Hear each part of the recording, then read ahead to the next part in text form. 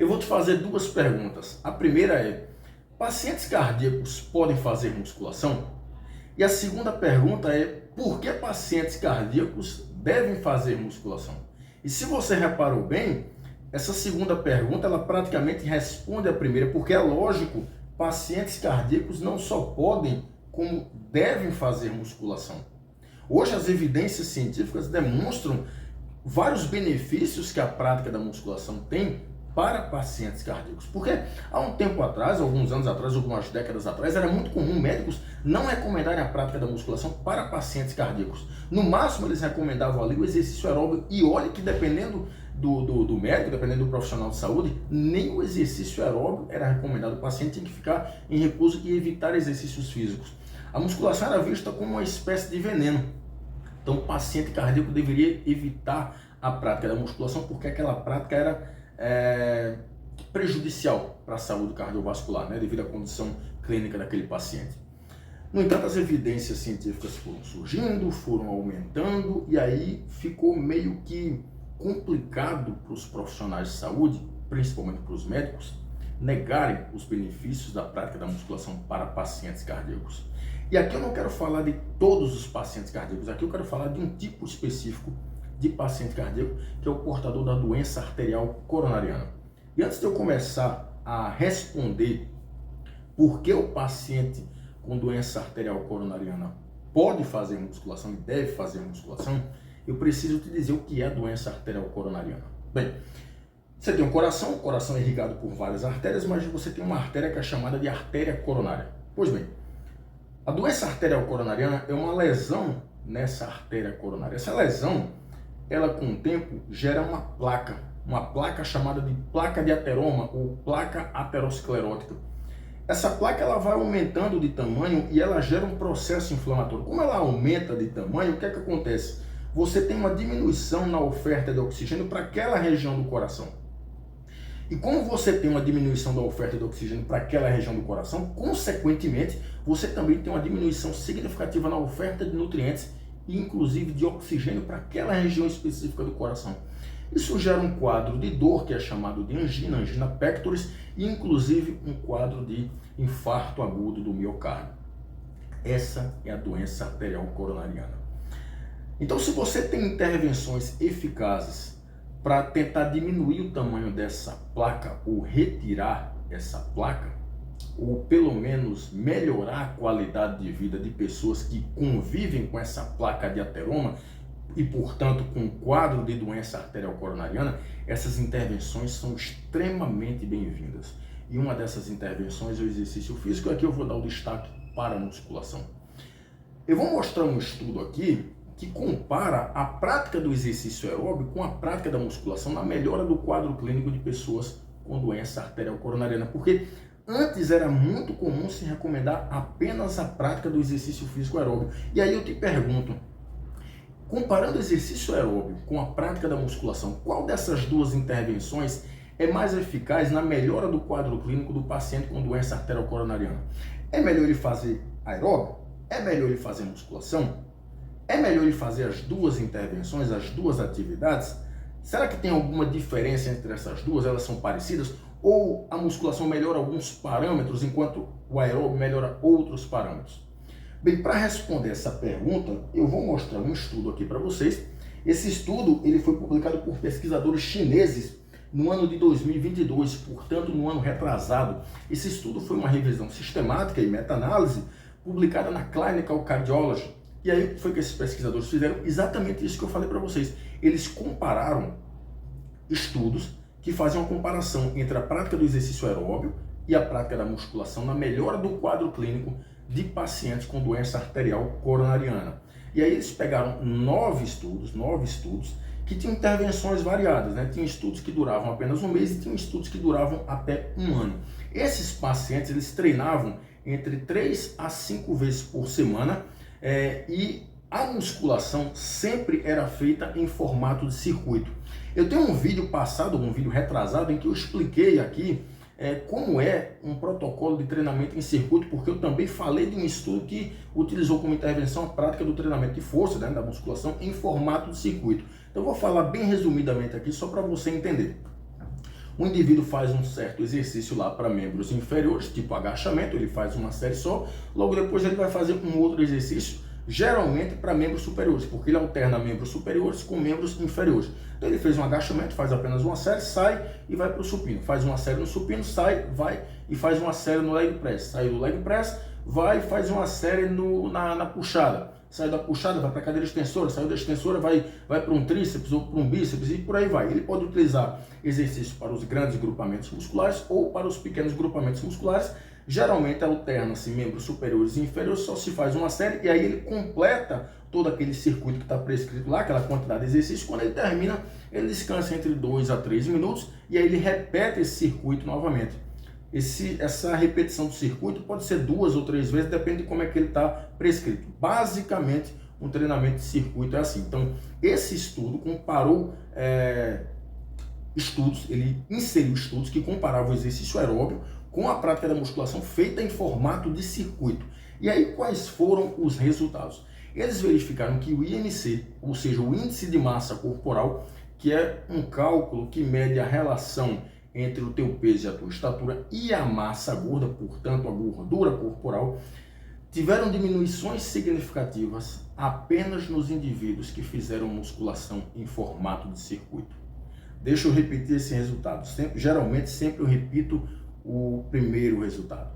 Esses pesquisadores verificaram que esses indivíduos que tinham doença arterial coronariana tiveram reduções significativas no IMC, no índice de massa corporal e na massa gorda, apenas na musculação realizada em formato de circuito.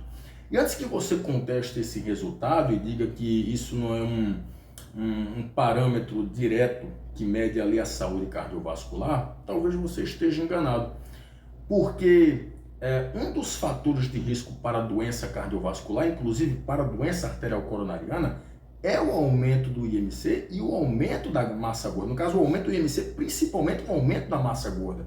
Então, quando você faz uma intervenção, e essa intervenção, seja nutricional, seja através de exercício físico, seja cirúrgica ou seja farmacológica, e essa intervenção reduz o teu IMC e principalmente a massa gorda, isso diminui as suas chances de ter eventos cardiovasculares, de morrer por eventos cardiovasculares. Isso diminui a chance de você desenvolver doenças cardiovasculares como a doença arterial coronariana ou de ter um outro evento cardiovascular caso você já tenha tido antes. Então, reduzir IMC e massa gorda é extremamente importante para pacientes com doença arterial coronariana, principalmente quando esses pacientes são obesos ou sobrepesados e têm um elevado percentual, uma elevada massa gorda. E os pesquisadores observaram que não houve diferenças entre o exercício aeróbio e a musculação realizada em formato de circuito para os ganhos na aptidão cardiorrespiratória, na pressão arterial sistólica, no colesterol e nos triglicerídeos. Ou seja, tanto o exercício aeróbio quanto a musculação realizada em formato de circuito promoveram ganhos semelhantes na aptidão cardiorrespiratória, melhoras significantes e semelhantes na pressão arterial sistólica, no colesterol e nos triglicerídeos. Sobre essa questão das alterações semelhantes ali na aptidão cardiorrespiratória, isso até vai um pouquinho contra as evidências científicas, porque o que as evidências científicas mostram, na sua grande maioria, é que quando você compara aeróbio com musculação, mesmo que a musculação seja realizada em formato de circuito, é que o aeróbio é mais eficiente para aumentar a aptidão cardiorrespiratória. Esse estudo mostrou um outro resultado, mostrou que não houve diferença entre circuito e exercício aeróbio, mas isso eu comento lá no finalzinho do estudo do porquê provavelmente se achou esse resultado. Mas enfim, em termos de aptidão cardiorrespiratória, pressão arterial sistólica, colesterol e triglicerídeos, não houve diferença entre fazer aeróbio e musculação em formato de circuito, que os resultados foram muito parecidos para pacientes com doença arterial coronariana. Então vamos lá. Qual a vantagem? Em primeiro lugar, aqui para responder as duas perguntas que eu fiz lá no comecinho do vídeo, Portadores de doença arterial coronariana podem fazer musculação? Claro. É lógico que podem. E por que eles devem realizar? Aí eu falo mais adiante, tá? Veja, qual a vantagem de se realizar o treinamento em formato de circuito? Porque geralmente o circuito é realizado com cargas baixas, ou leves, ou no máximo moderadas.